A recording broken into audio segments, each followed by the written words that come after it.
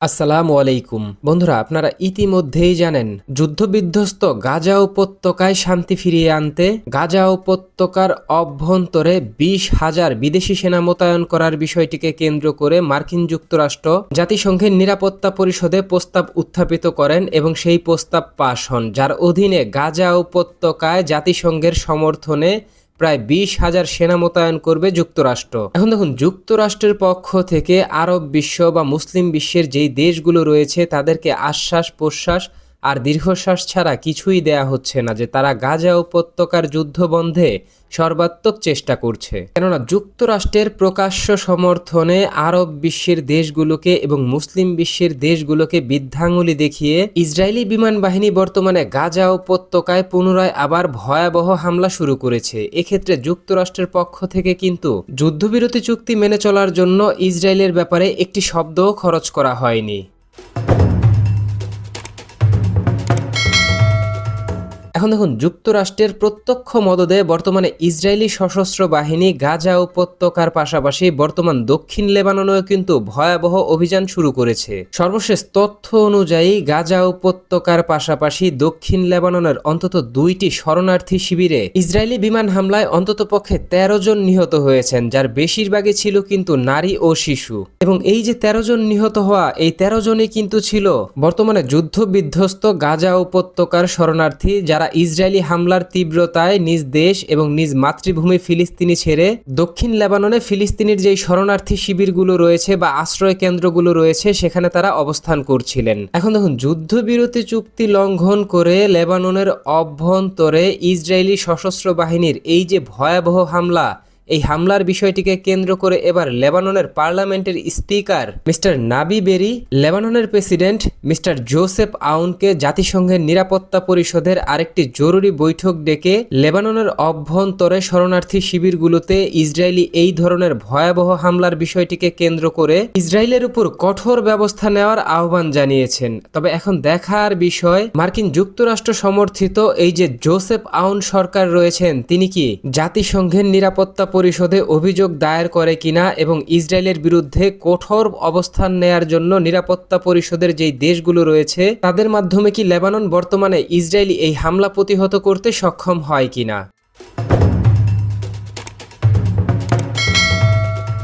এখন দেখুন, এই সপ্তাহের শুরুর দিকেই ইসরায়েলি সশস্ত্র বাহিনী আইডিএফ বর্তমানে লেবাননের নিরাপত্তা নিশ্চিত করতে লেবাননের অভ্যন্তরে মোতায়েন থাকা জাতিসংঘের যেই শান্তিরক্ষী বাহিনী রয়েছেন সরাসরি তাদের উপরই কিন্তু ভয়াবহ হামলা পরিচালনা করে, যেই হামলায় কিন্তু জাতিসংঘের অধীনে লেবাননে নিযুক্ত বেশ কয়েকজন শান্তিরক্ষী কিন্তু গুরুতর আহত হন। যদিও ইসরায়েলের পক্ষ থেকে তাৎক্ষণিক প্রতিক্রিয়ায় তার কিছুক্ষণ পরেই এক স্টেটমেন্টে বলা হয়, দক্ষিণ লেবাননের ওই অঞ্চলে প্রতিকূল আবহাওয়া এবং বালুময় পরিস্থিতির কারণে ইসরায়েলি সশস্ত্র বাহিনী ভুলবশত জাতিসংঘের শান্তিরক্ষী বাহিনীদের ওই কনভয়ের উপর কামানের গোলা ফায়ার করে ফেলেছে। যদিও এই বিষয়টিকে কেন্দ্র করে জাতিসংঘের পক্ষ থেকে কোনো ধরনের পদক্ষেপ নেওয়া হয়নি ইসরায়েলের বিরুদ্ধে, কারণ জাতিসংঘ খুব ভালোভাবেই বুঝতে পেরেছে এটা ইচ্ছাকৃতভাবেই জাতিসংঘের কনভয়ের উপর ইসরায়েল এই হামলা পরিচালনা করেছে। তবে ইসরায়েলের বিরুদ্ধে জাতিসংঘ চাইলেও বড় কোনো পদক্ষেপ নিতে পারবে না, কারণ জাতিসংঘের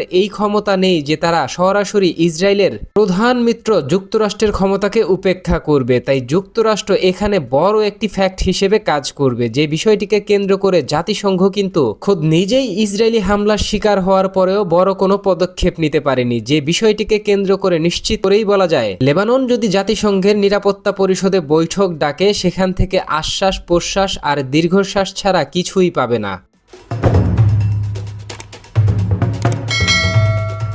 বন্ধুরা, যুক্তরাষ্ট্রের মধ্যস্থতায় লেবানন এবং গাজা উপত্যকায় যুদ্ধবিরতির চুক্তি করতে সম্মত হয়েছিল ইসরায়েল এবং তারা যুদ্ধবিরতি চুক্তি করেছে। যে যুদ্ধবিরতি চুক্তির অধীনে কথিতভাবে এখনো বর্তমানে গাজা উপত্যকা এবং ইসরায়েলে যুদ্ধবিরতি চলছে। তবে ইসরায়েলি সশস্ত্র বাহিনী কথিত যুদ্ধবিরতি চুক্তি হওয়ার পরেও এখনো অবধি 4,000 বার ইসরায়েলি যুদ্ধবিমান ইসরায়েলি ড্রোনগুলো লেবাননের অভ্যন্তরে প্রবেশ করে এবং লেবাননের অভ্যন্তরে ভয়াবহ হামলা পরিচালনা করে।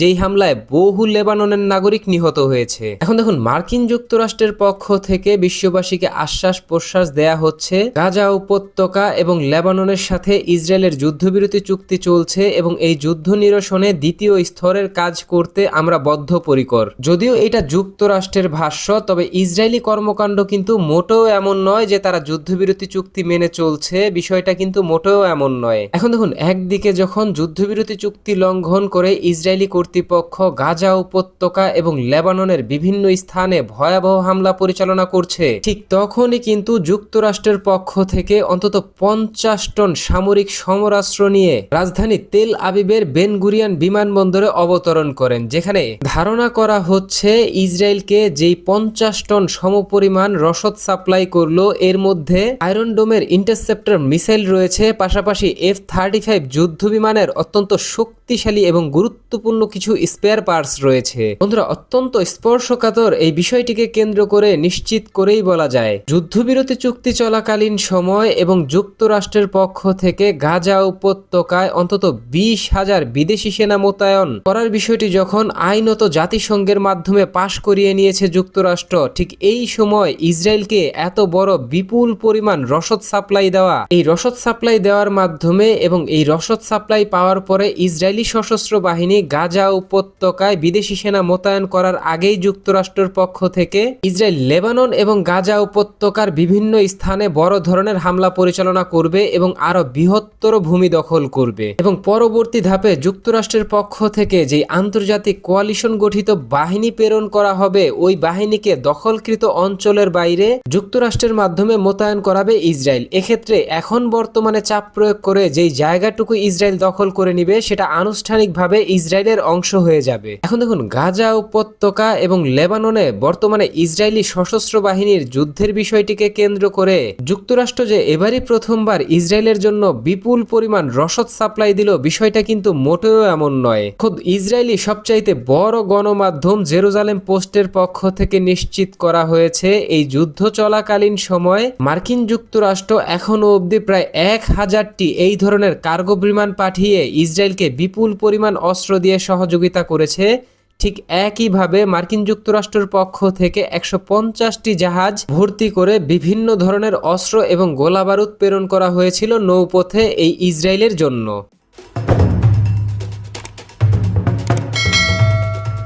বন্ধুরা, ইসরায়েলি সশস্ত্র বাহিনী যখন লেবাননের অভ্যন্তরে ভয়াবহ হামলা পরিচালনা করছে, ঠিক একইভাবে গাজা উপত্যকায় প্রতিদিন মুহুর্মুহুর বিমান হামলা পরিচালনা করছে, তখন কিন্তু লেবাননের সশস্ত্র সংগঠন হিজবুল্লাহর পক্ষ থেকে ইসরায়েলকে সতর্ক করে দিয়ে বলেছেন, ইসরায়েলি সশস্ত্র বাহিনী যদি লেবাননের অভ্যন্তরে এই ধরনের হামলা অব্যাহত রাখে, তাহলে জনগণের চাপে পড়ে হলেও লেবানন সশস্ত্র বাহিনী তা প্রতিহত করতে বাধ্য হবে। ঠিক একইভাবে নিজ দেশ এবং নিজ জাতির জন্য বর্তমানে চলমান যুদ্ধবিরতি চুক্তি লঙ্ঘন করে প্রথমবারের মতো হিজবুল্লাহর পক্ষ থেকে হিজবুল্লাহ তার নির্মুগামী করে রাখা সকল অস্ত্রগুলোকে পুনরায় আবার উদিত করবে বা তাক করবে ইসরায়েলের দিকে এবং ইসরায়েলকে চরম শিক্ষা দিয়ে ছাড়বে এবার। এখন দেখুন, গাজা উপত্যকার সশস্ত্র সংগঠন হামাসের পক্ষ থেকেও কিন্তু নিশ্চিত করা হয়েছে, জাতিসংঘের নিরাপত্তা পরিষদে মার্কিন যুক্তরাষ্ট্র যেই প্রস্তাব পাশ করিয়েছে, ওই প্রস্তাবের অধীনে যুক্তরাষ্ট্র গাজা উপত্যকার অভ্যন্তরে যেই বিদেশি প্রায় 20,000 সেনা সদস্য মোতায়েন করতে চাইছে, এই প্রস্তাবকে কিন্তু সরাসরি হামাস প্রত্যাখ্যান করছে। ঠিক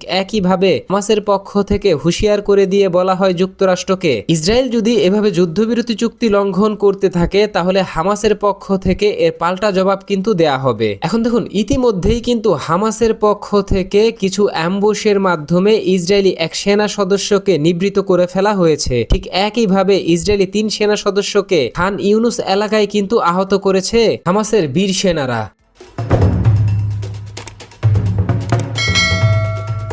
বন্ধুরা, যুক্তরাষ্ট্রের মধ্যস্থতায় জাতিসংঘের প্রায় 20,000 সেনা সদস্য গাজা উপত্যকায় মোতায়েন করার আগেই ইসরায়েলের পক্ষ থেকে বড় ধরনের হামলা পরিচালনা করে গাজা উপত্যকার আরো বড় ভূমি দখল করে নেয়ার সর্বাত্মক চেষ্টা করা এবং সেই চেষ্টার অংশ হিসেবে যুক্তরাষ্ট্রের পক্ষ থেকে ইসরায়েলকে সহযোগিতা করতে কার্গো বিমান বোঝাই করে বিপুল সমরাস্ত্র সহযোগিতা দেয়া ইসরায়েলকে এ সম্পর্কে আপনি কি ভাবছেন? এবং লেবাননের অভ্যন্তরে জাতিসংঘের যেই শান্তিরক্ষী বাহিনী রয়েছে তাদের কনভয়ের উপর ইসরায়েলি সশস্ত্র বাহিনী ভয়াবহ হামলা পরিচালনা করার পরেও যেই জাতিসংঘ ইসরায়েলের কিছুই করতে পারেনি, সেই জাতিসংঘের কাছে বিচার দিয়ে লেবানন কি ইসরায়েলকে থামাতে পারবে কিনা এ সম্পর্কে আপনি কি ভাবছেন? আপনার গুরুত্বপূর্ণ মতামতটি জানিয়ে দিন কমেন্ট বক্সে। আমাদের ভিডিওটি ভালো লাগলে আমাদের সমর্থন করতে ভিডিওটিতে লাইক, কমেন্ট, শেয়ার এবং চ্যানেলটিকে সাবস্ক্রাইব করে সঙ্গে থাকুন। ধন্যবাদ।